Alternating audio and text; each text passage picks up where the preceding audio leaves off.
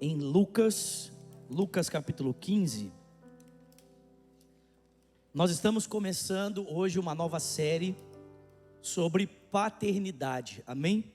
Nós estaremos falando nas próximas 3 semanas sobre a paternidade de Deus. E eu espero que você seja muito impactado com as mensagens que nós vamos estar trazendo aqui às quartas-feiras, amém, queridos?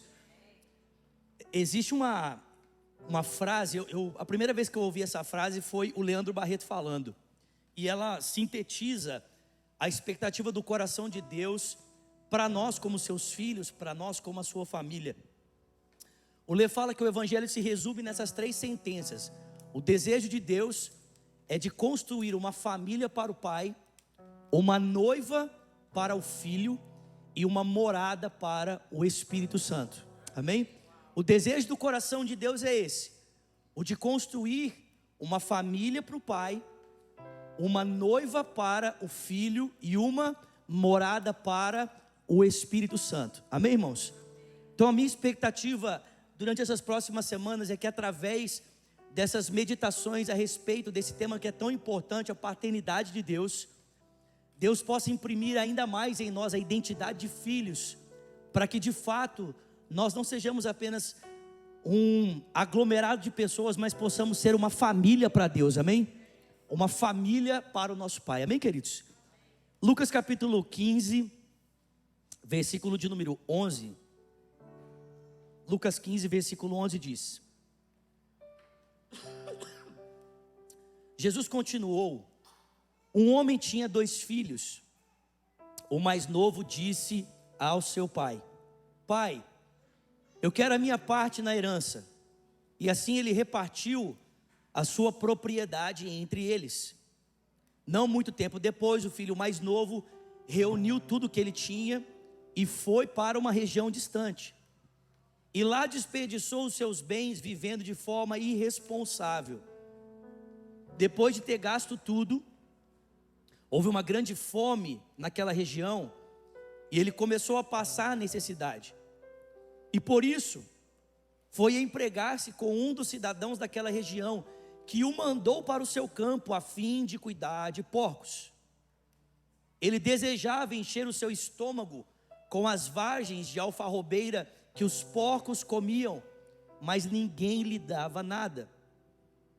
Caindo em si, ele disse: quantos empregados do meu pai têm comida de sobra e eu aqui morrendo de fome? Eu me porei a caminho e voltarei para o meu pai e lhe direi: Pai, eu pequei contra o céu e contra ti, não sou mais digno de ser chamado teu filho, trata-me como um dos teus empregados. E a seguir levantou-se e foi para o seu pai. E estando ainda longe, seu pai o viu e, cheio de compaixão, correu para o seu filho, o abraçou e o beijou. O filho lhe disse: Pai, eu pequei contra o céu e contra ti, não sou mais digno de ser chamado teu filho.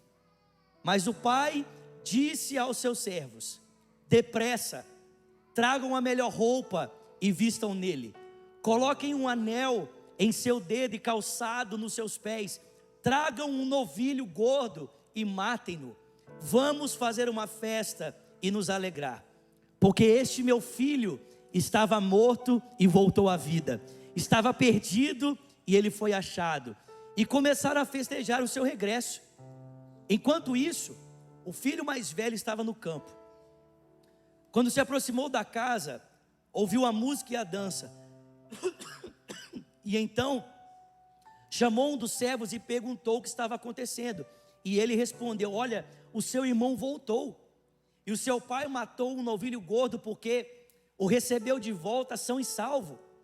O filho mais velho encheu-se de ira, e ele não quis entrar. Então o pai saiu e insistiu com ele. Mas ele respondeu ao seu pai: olha, todos esses anos eu tenho trabalhado como escravo ao teu serviço, e nunca desobedeci uma só das suas ordens. Mas você nunca me deu um cabrito para eu festejar com os meus amigos. Mas quando volta para casa, esse teu filho, não era esse meu irmão, é esse teu filho que esbanjou os teus bens com prostitutas, matas um novilho gordo para ele. Disse o pai: meu filho, você está sempre comigo, e tudo que eu tenho é seu. Mas nós tínhamos de celebrar a volta desse seu irmão e nos alegrar, porque ele estava morto e voltou à vida, estava perdido e ele foi achado. Alguém pode dar um glória a Deus por isso, pelo amor de Deus? Senhor, fala conosco aqui essa noite. Nós não apenas queremos, mas precisamos ouvir a tua voz. Por isso nós te pedimos que o Senhor envie sobre nós o Espírito que dá sabedoria e entendimento, para que Ele abra os olhos do nosso coração, para que possamos ouvir a tua voz. Pedimos isso juntos aqui, em o nome de Jesus, e quem crê diga amém. Gente, normalmente o título que essa passagem leva, na maior parte das nossas Bíblias, não ajuda a gente a entender o real sentido dessa passagem. Não sei qual que é o título que está na sua Bíblia, mas na minha Bíblia está assim: a parábola do filho perdido. Quem mais tem esse título na sua Bíblia? Quem tem um título parecido com esse? Levante sua mão. O que acontece? Esse título não é um título que foi inspirado pelo Espírito Santo. As pessoas depois, para organizar as passagens, colocam esses títulos para ajudar a gente a entender o assunto que vai ser trabalhado pelo escritor. E às vezes o pessoal acerta, mas às vezes não. Nesse caso especificamente, o pessoal não acertou, porque o tema central desse texto não é o filho que se perde. O tema central dessa passagem é o coração do pai. O desejo de Jesus não era falar a respeito da pecaminosidade humana. O desejo de Jesus era falar a respeito da graça de Deus expressa através do coração do Pai Celestial. E por que eu digo isso? Se você voltar comigo lá para o começo do capítulo, volta lá comigo por favor, Lucas capítulo 15,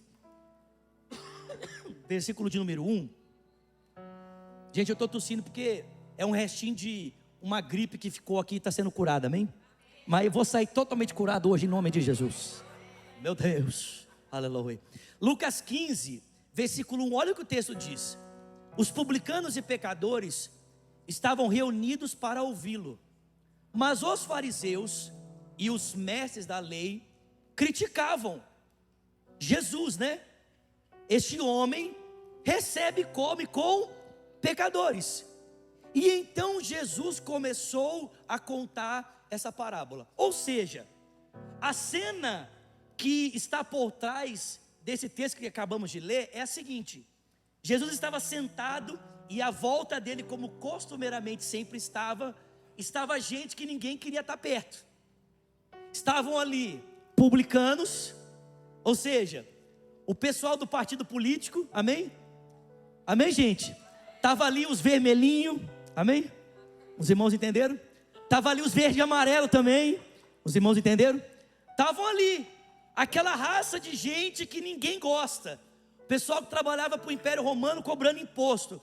E estavam os pecadores. Normalmente quando a Bíblia fala de pecador, ela está falando de todo tipo de pecador que você possa imaginar. Gente que era adúltero, gente que vivia em prostituição, gente que era viciada em jogo. Era esse tipo de gente que estava ali em volta de Jesus. E os fariseus e os mestres da lei, vendo o tipo de companhia que Jesus tinha para ensinar, falaram assim: cara, isso é um absurdo. Esse homem aí sentado com esse monte de gente pecadora, será que ele não se toca não? Um homem santo jamais andaria com gente assim. Irmãos, presta atenção, vale lembrar que nós temos um texto na Bíblia que desafia a gente a não fazer isso, exatamente isso, a não sentar no meio de pecadores, amém? O Salmo 1 fala: bem-aventurado aquele que não se detém no caminho dos ímpios, não para na roda dos não se detém no caminho dos pecadores, e nem se assenta na roda dos escarnecedores. A questão é que não era Jesus que andava com os pecadores, mas os pecadores é que andavam com Jesus.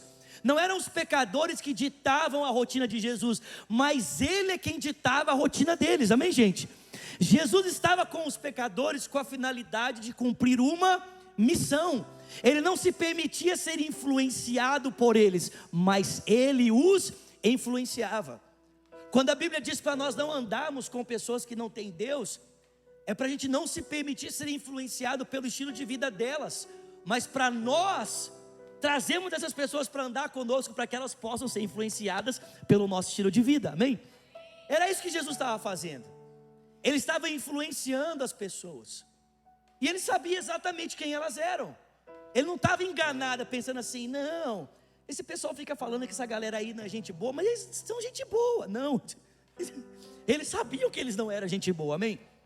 Mas era exatamente da companhia de Jesus que eles precisavam, porque a religião daquele tempo repudiava esse tipo de gente, porque o entendimento que eles tinham da forma como interpretavam a Bíblia era que esse tipo de pessoas não mereciam a graça de Deus, eles mereciam o juízo de Deus.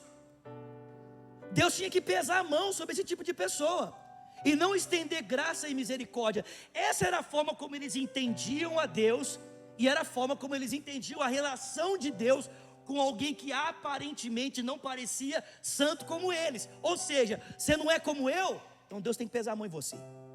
Ah, você não faz o que eu faço? Não, então você não é digno da minha companhia e nem é digno da companhia de Deus. Jesus se apresenta a essas pessoas para apresentar, irmãos, um aspecto do caráter de Deus que chocava a religião daquela época. Ele se apresenta para mostrar o coração de Deus a respeito daquelas pessoas. E diferente do que as pessoas pensavam, que Deus achava dos pecadores, que Ele não queria nenhum tipo de relacionamento, Jesus vem para mostrar o contrário. Jesus ama o perdido, Ele ama o pecador, o Pai ama o pecador. Afinal de contas, Jesus conta duas parábolas para dizer que Deus estava atrás do pecador, assim como um homem que ia atrás de uma ovelha perdida, e assim como alguém que ia atrás de uma moeda perdida, Deus estava atrás do pecador, porque eles não podiam ter muito valor para a religião, mas o Pai amava cada um deles e desejava tê-los de volta. Por quê? Porque Deus é Pai dos pecadores. Alguém pode dar uma glória a Deus por isso? Deus é Pai dos pecadores. Jesus vem para mostrar o seguinte: Deus não está zangado com você, não, Ele está atrás de você. Não é assim que qualquer pessoa faz. Quando alguém tem uma ovelha perdida, o que a pessoa faz? Vai atrás dela. Quando a pessoa tem uma moeda perdida, e a dracma era uma moeda muito valiosa, ela era a representação de um dia inteiro de trabalho. Imagina você trabalhar o dia inteiro e ganha $2.000. Nossa, ninguém deu um amém, gente. Vocês não crêem não? Crê aí. Não, pastor, não, é que $2.000 é pouco, amém? $2.000 é pouco, entendi, vocês querem mais, amém? Imagina você trabalhar o dia inteiro e ganhar $3.000. Ô irmão, recebe aí em nome de Jesus. Amém? Recebe, vaso, você crê? E você perde o envelope. Há uns meses atrás, um amigo meu lá de Orlando perdeu o envelope com o trabalho dele de um mês inteiro. Você acha que ele procurou? Sim ou não? Meu filho, ele virou tudo, só faltou levantar os carros da rua assim, ó. Por quê? Porque quando a gente pede algo de valor, a gente vai atrás. Irmão, presta atenção. Você acha que Deus olha para o nosso estado de perdição e Ele ignora a gente? Não. Deus olha para o nosso estado de perdição e Ele se move na nossa direção, porque Deus é o Pai dos pecadores. Alguém pode dar um glória a Deus por isso? E Jesus vai terminar essa série de mensagens descrevendo então o coração do Pai Celestial. Então o tema central aqui não é o filho que se perde ou o filho que fica na casa, mas é a forma como o coração paterno de Deus se move em relação ao nosso relacionamento com Ele. Como é que Deus responde a uma pessoa que foge e a outra que é indiferente à presença dEle mesmo dentro de casa? Porque eu não sei se você está percebendo aqui, mas o problema não estava apenas no filho que foi embora, o problema também estava no filho que ficou, porque ambos eram indiferentes à presença do pai. E a pergunta é: como é que esse pai, que tem 2 filhos indiferentes à sua presença, vai se relacionar com cada um deles? Como o amor do coração de Deus vai responder a esses dois filhos que estão na casa desse pai maravilhoso, mas se recusam a reconhecer o valor do pai que eles têm. Jesus vai mostrar o coração do pai. E ele diz que esse pai tinha 2 filhos. E o filho mais novo olhou para o pai e falou assim: pai, você poderia dar a minha parte na herança? Porque eu estou a fim de sair aí, fazer umas loucuras. Então assim, eu queria a minha parte na herança. Irmãos, na nossa cultura, na cultura ocidental, isso quase que soa como um pedido comum, né? Um filho que se aproxima do pai e fala assim: ô pai, você podia me dar uma grana aí para mim comprar um negocinho ali? Isso aí na nossa cultura parece super tranquilo, sim ou não? Mas na cultura de Jesus, o que esse filho estava dizendo é mais ou menos assim: pai, eu não posso mais esperar a sua morte para eu ter a minha herança. Eu queria que o senhor morresse, mas já que o senhor não morre para eu ter a minha parte, antecipa logo a minha parte então antes da sua morte, porque para mim o senhor morreu. O filho estava expressando o desejo dele para a herança, mas ter a herança significava desejar a morte do pai. Aquele filho, irmãos, era tão indiferente ao pai que estava ali, que na cabeça dele ele não via a hora do pai morrer. Pai, morre logo, me dá a minha parte. Agora, sabe o que é impressionante? É que esse pai, ao invés de agir com indignação, com raiva, diante de um pedido tão violento como esse contra ele, o texto bíblico diz que o pai pega, separa a herança, dá nas mãos do filho mais novo, para que ele tenha a liberdade de fazer o que ele quiser com a herança que está nas suas mãos. Irmão, em primeiro lugar, esse é o caráter do nosso Deus. O Deus que nós servimos não impõe sobre nós a obrigação de termos um relacionamento com Ele. Ele se dispõe a se relacionar conosco, amém, queridos? Ele nos coloca dentro de uma casa e proporciona um ambiente para que nós tenhamos relacionamento com Ele. Mas Ele não nos obriga, Ele nos dá a liberdade de escolhermos se queremos estar com Ele ou não. E caso a nossa escolha seja a de não estar, Ele respeita a nossa decisão e permanece na mesma posição, aguardando o tempo em que nós perceberemos o valor que o nosso Pai tem e voltemos para estar com Ele para sempre. Meu Deus do céu! Charamanadas! Esse é o nosso Pai. É o Pai, irmãos, que se apresenta a Adão, que cria Adão e a sua mulher, os planta num jardim, e a Bíblia diz que Ele se apresenta a eles e diz: olha, eu criei esse ambiente para vocês e para nós termos relacionamento, e eu proporcionei todas as condições que você precisa, para que você possa se relacionar comigo e tenha toda a provisão necessária para isso. Você só não deve comer da árvore do conhecimento do bem e do mal, porque no dia em que você comer dessa árvore, certamente você morrerá. E Deus dá a esse casal a liberdade de escolher se eles queriam permanecer naquele lugar, na relação com Deus, ou se eles queriam ser independentes de viver a sua vida. Irmãos, o primeiro casal escolhe pela independência, e Deus graciosamente os permite sair e os poupa de viverem mortos eternamente, quando não permite eles comerem da árvore da vida no estado de morte. Esse, irmãos, é o coração do nosso Deus. Não sei se você entende isso, mas presta atenção. Só o fato de Deus ter decidido nos criar para além dele mesmo, para ter um relacionamento conosco, isso já colocou Deus numa situação de risco. Porque, irmãos, presta atenção, Deus criar alguém além dele para se relacionar, significava dar a essa pessoa a escolha de permanecer nesse relacionamento ou não. Porque antes de nós existirmos, Deus estava muito bem com Ele mesmo, amém, queridos? Amém? Amém? Tipo assim, eu acho que Deus olhou e falou assim: a minha vida está muito calma, está muito tranquila, eu vou arrumar uns problemas para mim, amém? E aí resolveu nos criar. Mas, irmão, presta atenção, Deus estava muito bem, não estava sozinho, porque no ser de Deus existem 3 pessoas, amém? Pai, Filho e Espírito Santo. Mas aí Deus fala assim: não, eu quero ter alguém para além de mim para me relacionar. Só que quando Deus cria alguém para além dele para ter relacionamento, Se Deus não dá a essa pessoa a possibilidade de escolher permanecer ou não, Ele não é um amor, Ele é tirano. E o nosso Deus não é tirano, Ele é amor. E o amor não impõe, o amor conquista. Então Deus preferiu nos dar, irmãos, a liberdade de escolhermos estarmos com Ele ou não, mesmo que isso custasse muito para Ele. O texto bíblico diz que esse filho aproveita a liberdade dada pelo pai e ele sai com a sua herança, e ali ele começa a torrar tudo. O escritor diz em primeira instância que ele gasta tudo que ele tem, mas irmão, presta atenção, esse pai não permitiu que o filho ficasse longe dele sem qualquer tipo de informação.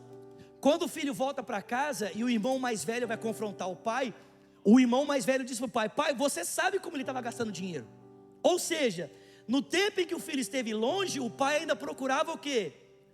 Notícias a respeito dele. O pai queria saber como é que ele estava. O pai queria saber se ele estava bem. O pai queria saber se ele estava saudável. O pai queria saber como é que ele estava gastando dinheiro. E o irmão diz: esse teu filho mais novo gastou o dinheiro todo com prostitutas e com seus amigos.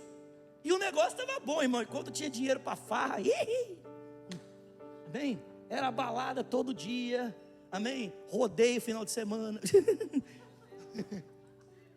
Mas acabou o dinheiro e veio um tempo de seca. E a Bíblia diz que aquele menino começou a passar fome e sem sustento, sem dinheiro para se sustentar, ele começou a procurar trabalho. Só que ele não encontrava trabalho. O único trabalho que lhe foi oferecido era ir para uma fazenda cuidar do que, gente? De porcos. E o texto diz que ali na fazenda, cuidando dos porcos, ele desejava comer a comida dos porcos. Alguém já viu lavagem alguma vez na sua vida aqui? Quem já viu lavagem aqui? Irmão, lavagem é igual, né? Presta atenção. O texto diz que o menino desejava, não é que ele comia não. O texto diz que ele desejava comer essa comida. Irmão, presta atenção. Eu fico imaginando nessa hora os fariseus ouvindo Jesus contar essa história, e os fariseus dizendo assim: é isso mesmo, não quis ficar com o pai? É isso que ele merece, é sofrimento mesmo, Deus tem que pesar a mão mesmo, porque era isso que a religião dizia. Uma pessoa que não aceita ficar com Deus tem que sofrer, a mão tem que pesar, essa pessoa tem que experimentar de algum tipo de dor, tem que ficar lá no meio de porco mesmo. Irmão, o porco é o animal mais desprezível para o judeu. Tem que ficar lá no meio do que é desprezível, tem que desejar comer a comida do que é desprezível. Então até essa parte, acho que os fariseus estavam assim: é isso mesmo, Jesus, maravilha, põe a mão nele. Mas o texto diz que de repente, naquele estado de caos, o texto diz que o filho caiu em si e ele se lembrou: o meu pai é bom. Diga comigo nessa noite: o meu pai é bom. Diga para alguém que está pertinho de você: o seu pai é bom. O filho se lembrou: o meu pai é bom. Irmão, presta atenção. O texto não diz que o filho voltou para a casa do pai por causa do estado em que ele estava. O texto diz que o filho voltou para a casa do pai porque ele se lembrou do caráter do pai que ele tinha. Ele falou: o meu pai é bom, o meu pai é bom, eu conheço o meu pai é bom, eu vejo a bondade dele no dia a dia. O meu pai trata até mesmo os empregados com boa vontade. Se ele é bom assim para com os servos, eu tenho certeza que ele vai ser bom comigo. Eu vou voltar para o meu pai e eu vou dizer: pai, eu pequei contra o céu, eu pequei contra ti, eu não sou digno de ser tratado como seu filho, mas trata-me pelo menos como um dos seus empregados. Sabe, irmãos, às vezes até o sofrimento que nós experimentamos fora da relação com Deus é uma atitude da graça de Deus, porque esse sofrimento nos faz lembrar da bondade que nós estamos perdendo na distância do Pai. Você está entendendo? Vocês estão comigo aqui, gente? Muitas vezes até esse sofrimento é o resultado da graça de Deus, para ver se a gente acorda e percebe: há tanta bondade no Pai disponível, e eu estou aqui experimentando da falta dela. Então voltarei para a bondade, vou desfrutar do coração do meu Pai. Foi o coração do Pai que fez esse menino desejar voltar. Ele disse: o meu Pai é bom, o meu Pai é bom. E porque Ele é bom, há um lugar no coração dele para mim. Irmão, a essa altura os fariseus já estavam pirando. Os fariseus estavam assim, não, tinha que ficar lá com a mão pesando, tinha que permanecer no estado de decadência, tinha que permanecer entre os porcos. Mas as pessoas que eram pecadoras e tinham sido afastadas de Deus pela religião, quando ouviram Jesus dizer, há um caminho preparado para a volta, porque o coração do Pai é cheio de bondade, elas começaram a olhar umas para as outras e dizer, Ele está falando de mim, há um lugar no coração de Deus para mim também, eu também posso voltar. Se o Pai recebe o Filho que se voltou contra Ele, Ele pode me receber também. E eu estou aqui para dizer para você nessa noite, há um lugar no coração de Deus para você, não importa quão longe você tenha ido, ou quão longe você esteja, o Pai está de braços abertos, porque Ele é bom, o coração do Pai é bom. Aleluia. E o filho começou a voltar, e o texto diz, irmãos, vocês estão comigo aqui? Meu Deus. E o texto diz que quando aquele menino chegou no horizonte, o pai já o estava a esperar. Nós não sabemos quantos dias, nós não sabemos quantas semanas.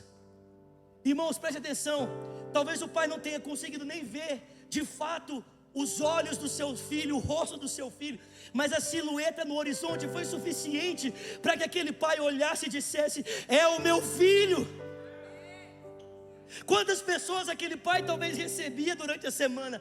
Talvez toda semana alguém viesse até ele para trazer notícias sobre o seu filho, ou quem sabe uma vez por mês, ou de 15 em 15 dias. Nós não sabemos quanto tempo o filho ficou longe, mas irmãos, esse pai não recebia apenas uma pessoa, talvez recebia os seus servos, mas irmão, não importa quanto tempo o filho tenha passado longe, quando o pai viu a silhueta do horizonte, ele disse, eu sei que esse é o meu filho, não importa quanto tempo ele esteja longe, eu ainda o reconheço. Irmão, não importa quanto tempo você tem estado longe, o pai só precisa ver a sua silhueta para correr na sua direção. Presta atenção, o texto não diz que o filho correu, o texto diz que o pai correu.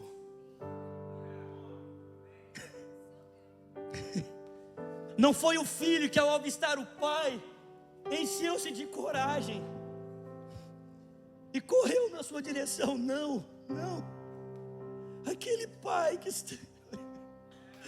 a saudade, irmão, pelo amor de Deus, irmão, a saudade do pai, o carinho do pai, o amor do pai, ele não aguentou esperar. Irmão, como um bom judeu, aquele homem jamais poderia correr. Correr nesse estado para um judeu era um ato de humilhação. Os fariseus nunca corriam, eles andavam tranquilamente a cada passo, porque isso mostrava respeito, isso mostrava autoridade. As pegadas de um rabino judeu mostravam o poder do seu ensino, a autoridade do seu ensino. Correr, irmão, era uma humilhação, era uma falta de compostura, era uma falta de autoridade. Irmão, presta atenção, esse pai lá se preocupou se isso era falta de autoridade ou não, ele não quis saber, era o filho dele, ele estava com saudade, cheio de amor, não importa quanta humilhação ele precisaria passar para ver o filho. Ele arregaçou a rola do seu manto, ele puxou ele para cima, botou as canelas para fora, e ele saiu correndo atrás do seu filho, e quando ele o viu, a Bíblia diz que ele pulou em cima do filho, e ele começou a beijá-lo. Não importa quão sujo ele estava, não importa quão fedido ele estava, quão distante ele estava, o pai começou a beijar. Vocês estão comigo, gente? Pelo amor de Deus. E o texto diz que em meio a abraços e beijos, o pai ouve o filho dizer, pai, eu pequei contra o céu e contra ti. Em primeiro lugar, ele reconhece o seu pecado, ele não terceiriza a responsabilidade, ele não diz assim, olha pai, foi um acidente, ele não diz assim, olha pai, você sabe como é que é, né, tipo assim, foi um momento assim que os hormônios estavam à flor da pele, a culpa é dos hormônios, eu sou jovem. Não, Ele não terceirizou a responsabilidade pela sua culpa. Ele disse: eu pequei contra o céu e eu pequei contra ti. Irmão, preste atenção. A marca de um arrependimento produzido pela bondade de Deus é a constatação da minha culpa, é a constatação do meu erro. A bondade me constrange e eu passo a perceber que o estado em que eu estou não é uma coisa aleatória que aconteceu. Não, eu errei, eu pequei, eu fiz. Pai, eu pequei contra o céu e contra ti. Eu não sou digno de ser chamado teu filho. Ou seja, a consequência do meu pecado me implica a não ter mais o direito a esse lugar. A sentença deveria ser: trata-me como um dos seus empregados. Só que meu pai nem deixou ele terminar. Vocês estão comigo aqui, gente? O pai não deixou ele terminar a fala. Porque uma vez arrependido e constatado para o filho que ele não tinha mais direito à mesa, o pai reconhecia que aquilo era o suficiente para que ele fosse perdoado. Vou repetir isso, irmão. O pai reconhecia, diante da confissão e a certeza do que ele havia feito, que aquilo era o suficiente para que ele fosse perdoado. Porque preste atenção, irmão, aquele menino podia ter deixado de ser filho, mas aquele pai nunca deixou de ser pai. Aquele menino podia ter deixado de ser filho, ele podia ter deixado de mão o seu direito, ele podia ter largado de lado a sua filiação, mas o pai nunca deixou de ser pai. O pai permaneceu sendo pai todos os dias, esperando pelo seu filho. E quando ele voltou, o pai o abraçou, e ao ouvir a sua confissão, o pai nem deixou ele terminar ela. O pai disse: traz um anel para o dedo dele e uma roupa nova para ele se vestir, coloca sandália nos pés dele, porque esse meu filho estava morto e reviveu, ele estava perdido e ele foi achado. Ele restaurou a identidade na roupa.